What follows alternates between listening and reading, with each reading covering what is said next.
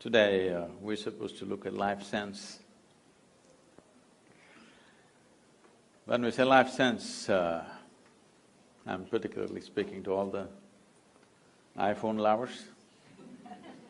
You're on Samsung.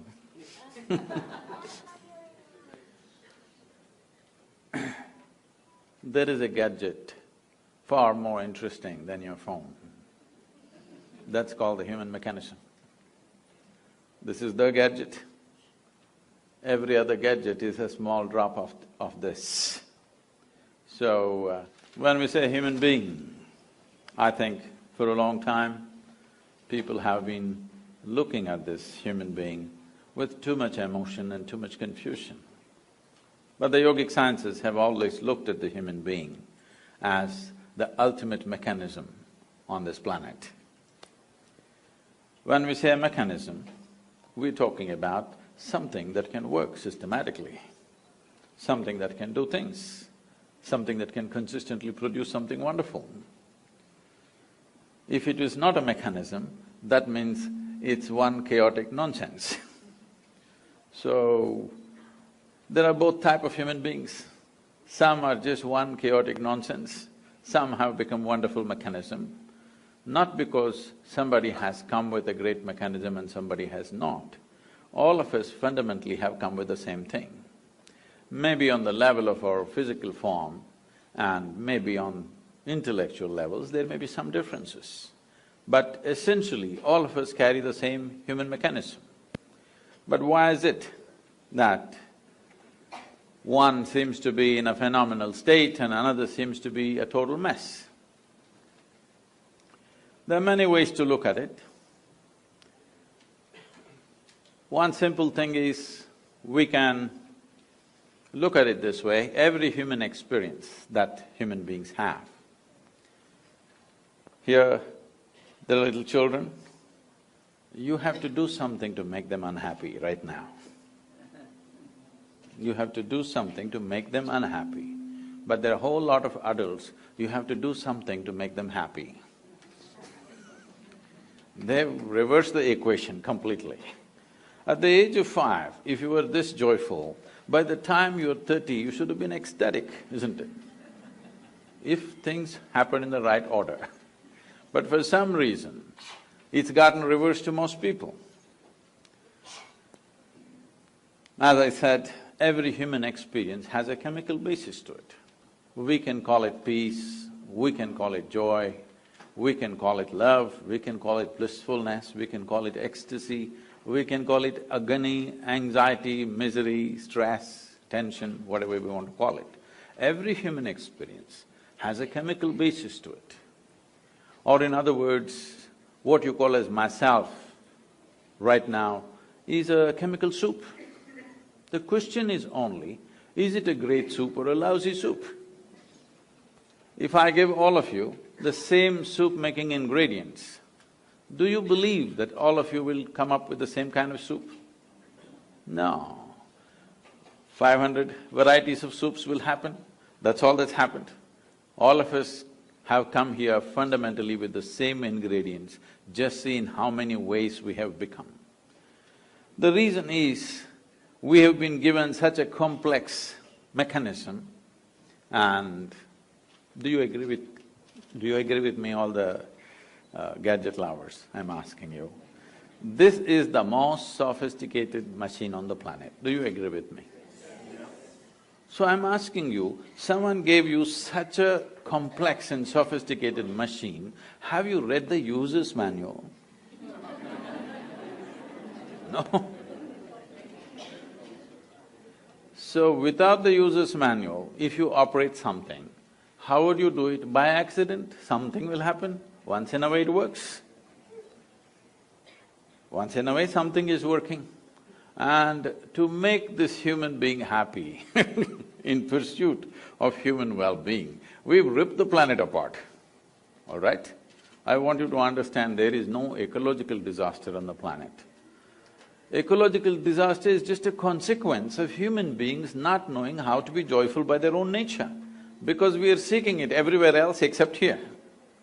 But all human experience happens from within. What happens here, if you try to cause it from outside, then you have to burn the planet definitely, and that's what we're doing. So ecological disasters have not happened because of something else, only in pursuit of human well-being, isn't it so? Hello? Yes. So in pursuit of human well-being, last 150 years, we've done too many things using the power of science and the prowess of technology. We've done too many things, so many things that if you happen to be here 200 years ago and you're here again today, you wouldn't recognize the place for anything. Everything has been changed. Because of this change, much comfort and convenience has come. When it comes to comfort and convenience, we are definitely the most comfortable generation ever. Do you agree with me? I'm asking even those who are standing.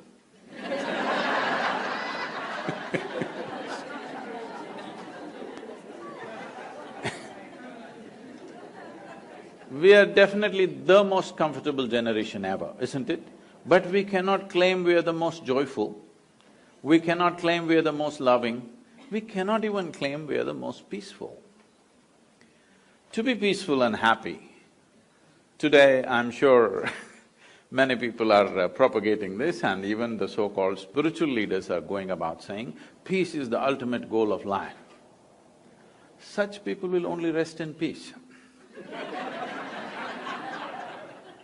Because, tell me, today, if you want to enjoy your lunch today, if you're not ecstatic, at least you must be peaceful, isn't it? Hello? If you're not in some state of ecstasy, at least you must be peaceful to enjoy the food that you eat, isn't it?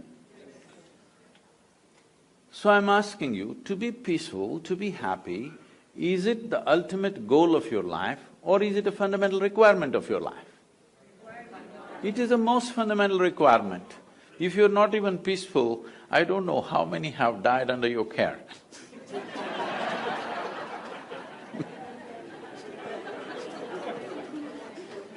Because when you're not even peaceful and happy, you tend to do things which are neither good for you nor for anybody, isn't it? This is the nature of the human being. When we are not peaceful and happy, don't we tend to do things which were not good for us and not good for anybody?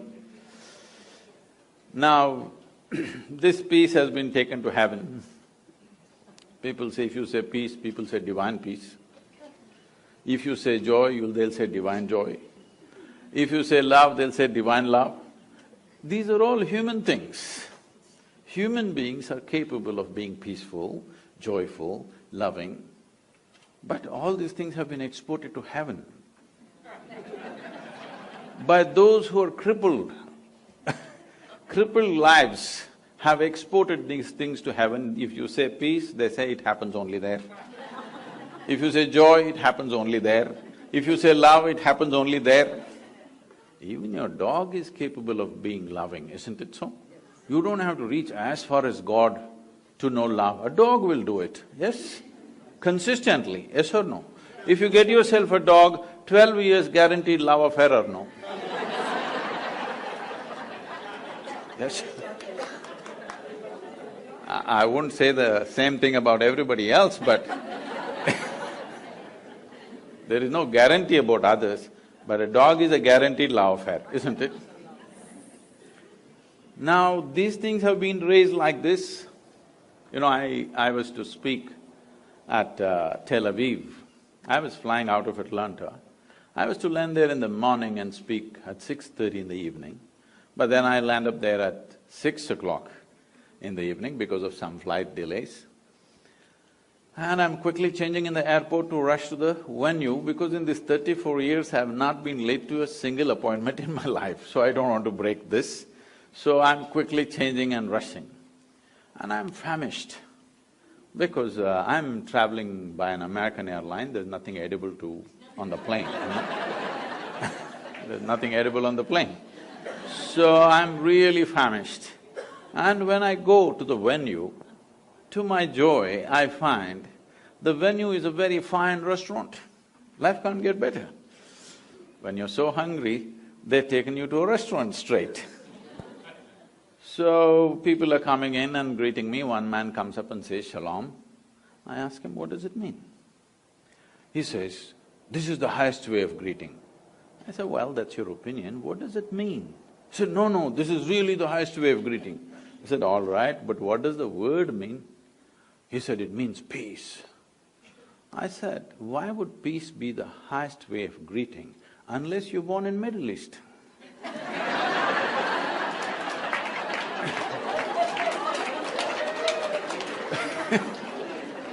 In South India, somebody comes up to me in the morning and says, "Peace."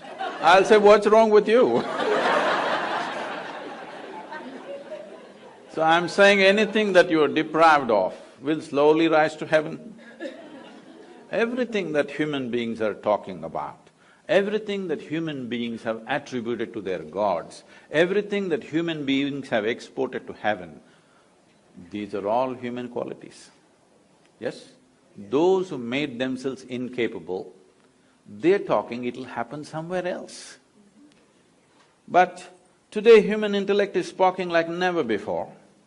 Never before this many human beings could think for themselves. Yes? Never before in the history of humanity.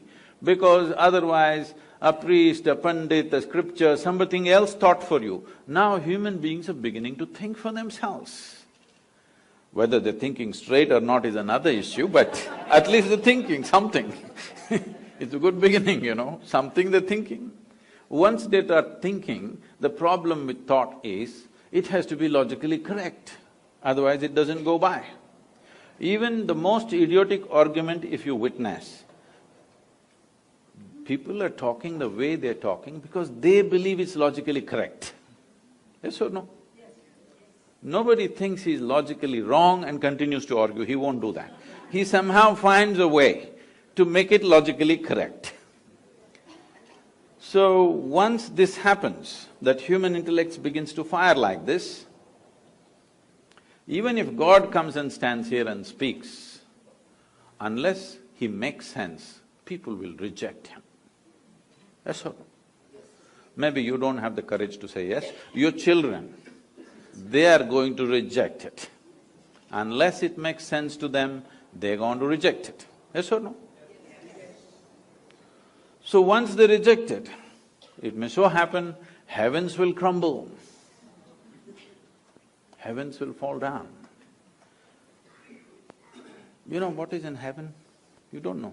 Let me tell you so that you can make your choices.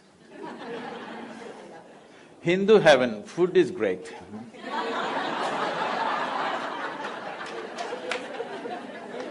Because Nala himself cooks for you there. Nala himself cooks, he is the best chef in the universe. So food is very good. If you're a foodie, you must go to Hindu heaven. In another heaven, in the clouds, white-gowned ladies are floating. If you like that kind of ambience, you can go there. In another heaven, you'll have virgin problems. If you want to encounter that, you can go there. Only problem is, what is the qualification for you to get there? This happened in a Sunday school in Alabama. Anybody from Alabama? Yes. I would have chosen another state if you had told me you're here.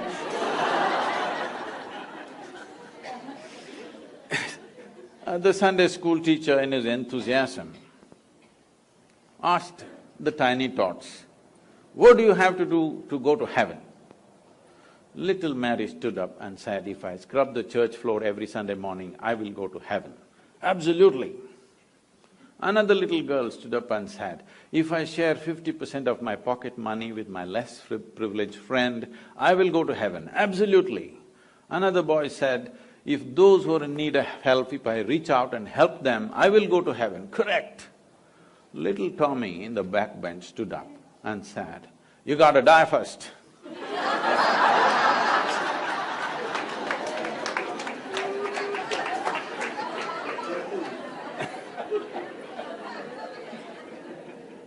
So you got to die first, that is the basic qualification, all right? So when you die, depending on your culture, we'll either bury you or burn you or feed you to the birds. One of the things we will do to you, yes? It is the or in other words, anyway, your body, we put it back into this earth because this body is something that you borrowed from this planet, isn't it so? You're on loan. If you were planning to take it to heaven, you're a willful defaulter, you know? Yes? It's good to pay this back, isn't it? What we have taken, we can use it well. When it's time, we must pay back the loan or no? Put it back into the earth. Whether you like it or not, they will. So once you left your body here, what will you do with good food and virgins and all this stuff? These are all problems that people have when they have a body, isn't it? Once you put the body here, what will you do with all these things? So I'm saying, once intellect fires big time, we have kept it down because if you ask questions, we would have you dead for a long time. Please understand. With this we had kept it down, but we can't keep it down anymore. Now people will ask all kinds of things. When they ask 2-3 questions, heavens will crumble. Heavens may crumble, but human longing to experience something more will not go. The human longing to experience something will always be there. If you take away the hope that somewhere else it's going to happen to you, people will start seeking solutions here.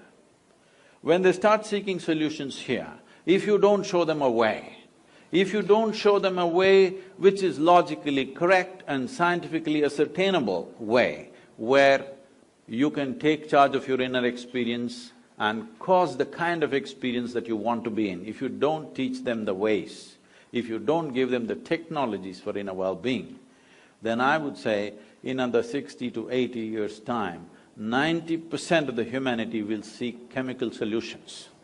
They will be either on drink or drug.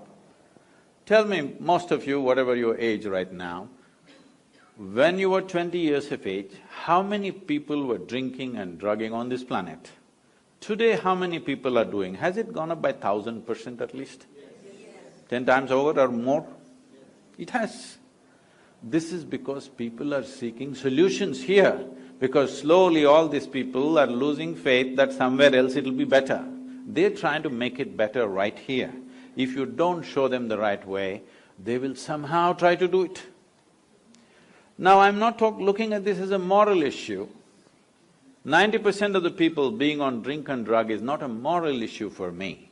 One responsibility we have as a generation of people is that when we leave, we have left a generation which is at least one step better than us. This is a fundamental responsibility we have as a generation. But when we leave, if we are all on 90% of us or on drink and drug, when we will leave a worse generation than us, because we will become incapable of even producing a better generation. And this will be a complete failure of who we are, everything that we worked for, the development of civilizations, all this will go waste if 90% of the population goes on this. In New York City, what do you think is the percentage? I'll leave it to you.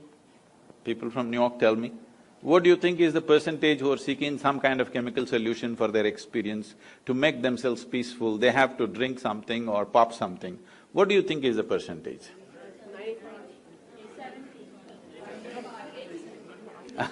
I wouldn't be that cruel. There are lots of yoga freaks. But it's a big percentage, not a percentage to ignore anymore, isn't it? It's like, those of you who come from India anyway, all of you are largely, when you were growing up as children, there were few drunkards in the town. Yes? 1, maybe 2%, they are drunkards, they're not normal people. But they are the normal ones now. There are a few who don't drink, who are freakish. There are 2% freaks who don't drink anymore. So, this is not a moral thing. This is just that you have become incapable of dealing with yourself. That is a fundamental thing. See, what amazes me is people live here 50, 60, 70 years. They are 60, 70 years of age, still they do not know how to deal with their own thought and their own emotion. This you may think is normal, is not normal, I'm telling you. If you do not… See, these are the basic faculties that you have. A human being can think about anything he or she wants, can emote in many strong ways. If these thoughts and emotions don't work for you, they're working against you, that means you have not figured the fundamentals of being human, isn't it? You would have been peaceful if you were born as an earthworm or something. The problem is, right now, human beings are not suffering something that they don't have. Their suffering is because of their own intelligence. If I take away half your brain, most of you would be peaceful. Yes. It's being done in the… in some institutions it's being done, lobotomy is being conducted, right? When somebody cannot control themselves at all, pull off a part of the brain, they're quite peaceful. I think people are even suggesting it's time we do it when the children are born. If you take off certain things, criminal attitudes will go, this will go, that will go. People are suggesting such things, responsible medical institutions are suggesting such things.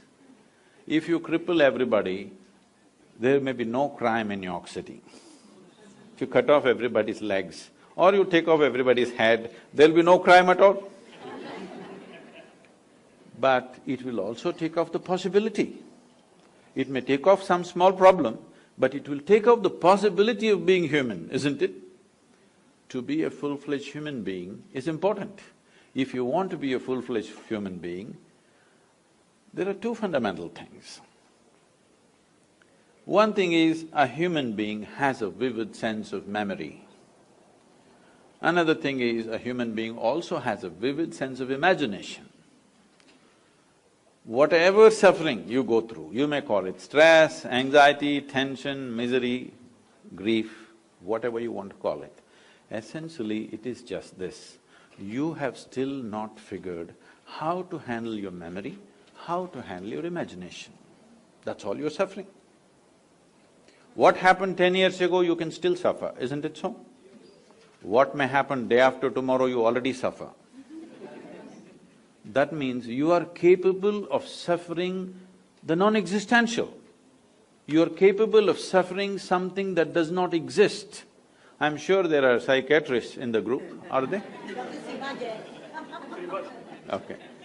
This even by medical definition, if somebody is suffering that does not exist, do they qualify? Do they qualify or no? They do qualify as patients, right? That's all I'm saying.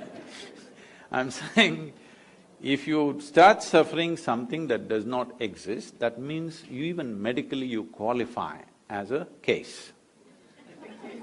Case number whatever.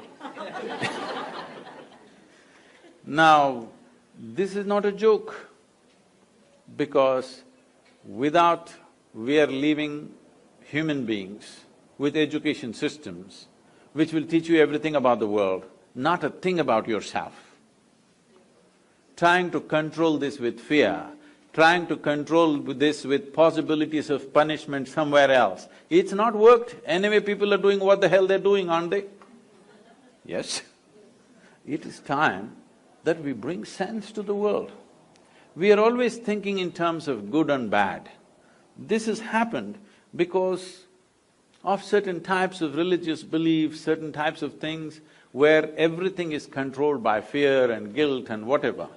First thing is you divided the world into God and devil, good and evil, this and that. No, I'll ask you a simple question. Is there anybody here who is 24 hours good or 24 hours bad? Hello? You… Yes or no? You oscillate, right, a little bit, here and there. One moment you're wonderful, another moment you're nasty, another moment you're beautiful, another moment you're ugly. Is this not happening? So, if we have to divide you between good and evil, probably we have to cut off a part of you. That is what they're saying. If we take off certain parts of your brain, all evil will go and you will become pure and useless. The biggest problem is we've been trying to produce good people. The world never tried to produce sensible and joyful people. We've always been striving to produce good people. And it's good people who are constantly at each other. It is always a good Hindu fighting a good Muslim, a good Indian fighting a good Pakistani, more good, more fighting, and a good American fighting good just about anybody.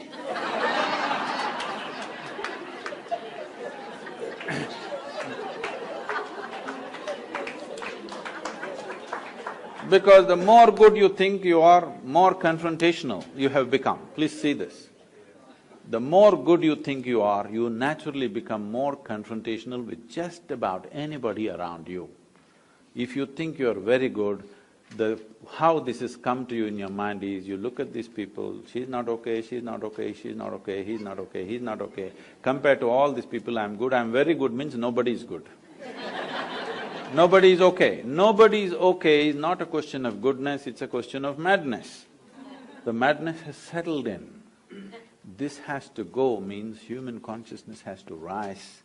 You have to look at this tremendous possibility that we have come with. And is it true? Can you see me at least? Hello, everybody? Even if you're not listening, can you see me?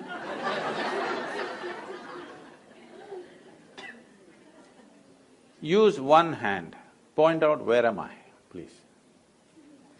Try. No, you know I'm a mystic from South India, you got it all wrong. Now this light is falling upon me, reflecting, going through your lenses, inverted image in the retina, you know the whole story. So where do you see me right now? Within yourself. Where do you hear me right now? Within yourself. Where have you seen the whole world? Within yourself. Have you ever experienced anything outside of yourself? Have you? Right now, someone sitting next to you, they touch your hand, you think you're experiencing their hand. No. You're only experiencing the sensations in your hand, isn't it? Even without the help of the other person, you can, with little imagination, cause the sensations you want, isn't it? So your entire experience of life, light and darkness is happening within you. Agony and ecstasy happens within you, joy and misery happens within you, peace and turmoil happens within you. If every human experience is generated from within, at least what happens within you must happen your way, isn't it? World will not happen your way, and I'm glad it's not happening your way, because if the entire world happened your way, where do I go? I'm glad it's not happening your way. Little bit my way, little bit your way, little bit somebody else's way, it's all right. But the important thing is, this one is not happening your way. This is a big problem, isn't it? If this one person, yourself, if this one person happened your way, would you keep this person blissful or miserable? You must make a choice, I'm going to bless you right now. What is your choice? For yourself, what is your choice? Highest level of pleasantness, isn't it? What you want for your neighbor may be debatable, but what you want for yourself is very, very clear, isn't it so? But why such a simple thing is not happening? Simply because, you know Charles Darwin? Some 150 years ago, 2012 was 200th birth anniversary of Darwin. Some 150 years ago, he propounded a theory and he said, what was a deer could have become a giraffe? So many million years. What was a pig could have become an elephant? So many more million years. What was a monkey became a human, but it happened rather quickly. Yes. so quickly that anthropologists think there is a missing link. They're still looking out, I'm saying. Did anybody meet? Did you meet a missing link, I'm asking? No. Now, they're saying the DNA difference between you and a chimpanzee is only 1.23%. 1.23% is not much of a difference, isn't it? Not much of a percentage. Not a percentage to boast about, isn't it? The thing is just this, physiologically, you're only 1.23% away from a chimpanzee. But in terms of your intellect and awareness, we're worlds apart from a chimpanzee. So this is the problem. You have an intelligence for which you don't have a stable enough base. Now, this same intelligence, the sharper it is, the more it pokes you. So people are thinking dulling it, either with wine or divine, is the solution. Somehow dull it for some time and you feel peaceful. Dulling it not the solution, sharpening it to a point where it'll work for you is the solution, isn't it? If you dull it, you're somehow crippling yourself, isn't it? In some way you dull the system. Maybe you think it's temporary, but if you dull the system, in some way you're crippling yourself. If crippling yourself is a solution, death is a better solution, isn't it? Yes or no? If taking a little bit of the brain is a solution, blowing your brains out is definitely a better solution, more efficient. This happened. I was teaching a program in India and somebody stands up and she introduces herself. She says, "I've come from Singapore. In the last 2 years, I committed suicide 5 times. I said, "Stop. At this level of inefficiency, you're not getting anywhere."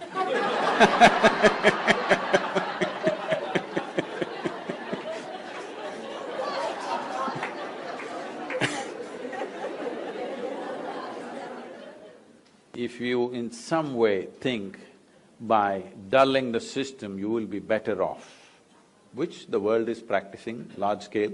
Now you're saying in New York City it's 90%, I don't think so. But it's getting there, rapidly getting there in that direction. Drink will lose its draw after some time. More efficient things will come. Slowly, all things will get legalized when they can't control it anymore, please know this. Everything will get legalized, the moment they can't control it, they'll feel it's better to tax it and run the nation rather than investing too much on policing these things. So when these things happen, it is a question of crippling the human being in some way. Yes, it gives pleasure. If you take off the brain, maybe you can just float around in total, utter peace. But all possibilities are also gone, isn't it? So this is happening to us because we have not understood the fundamentals of how to exercise our own intelligence. We have learned how to make a living, we have learned how to do things, we have learned how to go to the moon or even beyond. But we have still not figured how to manage our own system, isn't it? Even if you have a spacecraft, this is more complex than that? Yes or no? Yes. This is far more complex than that. And this does not mean, when I say this, I'm not just… I mean, all of you doctors, maybe you're thinking of exploring me pathologically. We're not talking about just lungs, liver, kidney, heart, spleen, whatever. All this came from within. See, you eat a piece of bread in the morning, in over 2 hours, this bread becomes human body. You know as doctors how complex each part of the body is, that you know it is so complex, that is why today if we have to go to a medical checkup, we have to go to 50 different doctors, because for 50 different parts of the body. Slowly as you look at it closer and closer, you're realizing it's too complex for one person to grasp the entire thing, isn't it? Yes or no? Just 32 teeth, people are taking 9 years to understand what's happening in the mouth and they still don't know. Yes or no? Yes? Just to teeth, only 32, 9 years of study, and still we don't know all of it. We know pretty well, but not all of it, isn't it? So you are realizing it's so complex, but this complex mechanism, with what are you manufacturing? You eat a piece of bread, you eat a banana, you eat an apple, you eat whatever you want. Within few hours, it becomes this. So there is an intelligence here. There is an intelligence here which can make a banana into a human being, yes or no? Suppose I took a banana in my hand and transformed this into a human being, who do you think I am? Who is this, huh? Where did you see a magician who made a banana into a human being?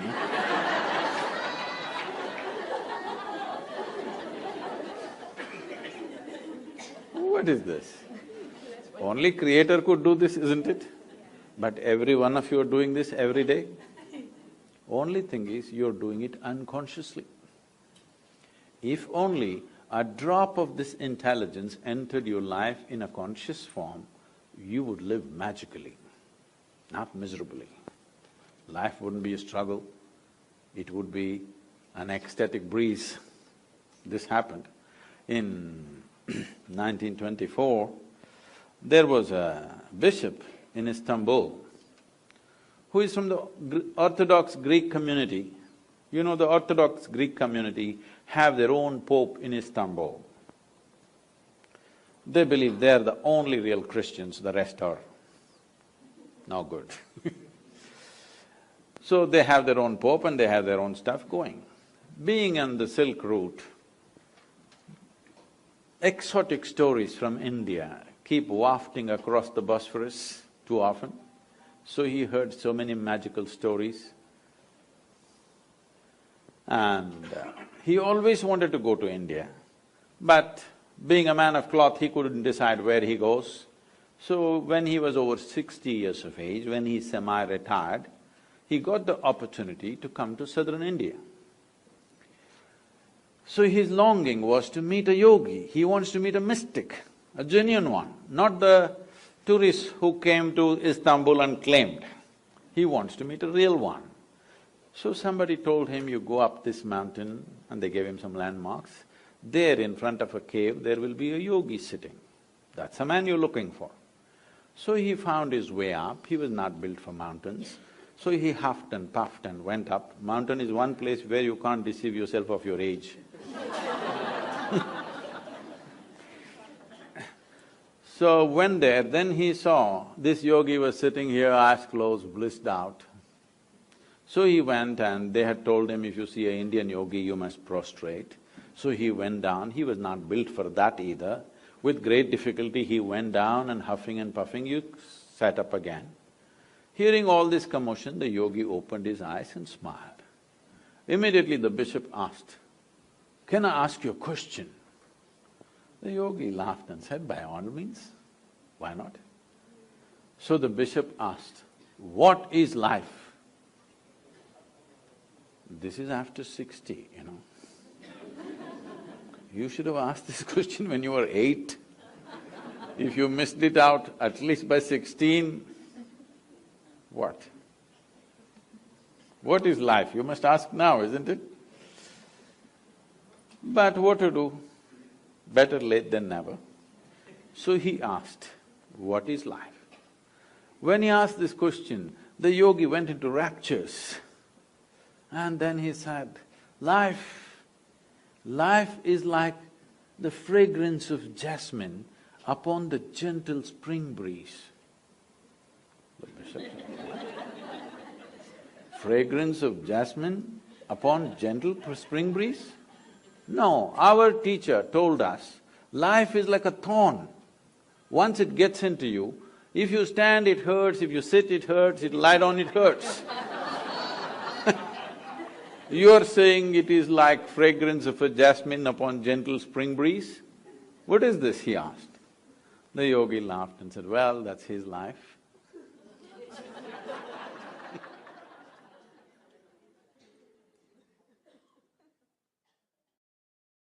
Whether people go to a temple, church or mosque, they're busy making deals. Deal makers and devotees are two different people. We need to change the equation. It is not for those who do not have to talk about sharing, because what little they have, they're not willing to share. When success or failure makes no difference for you, you are a true success. I don't understand. When the result of an event has no impact on you, both ways you blissed out, you are a success. Till I was 19 years of age, I was so taciturn that I barely spoke.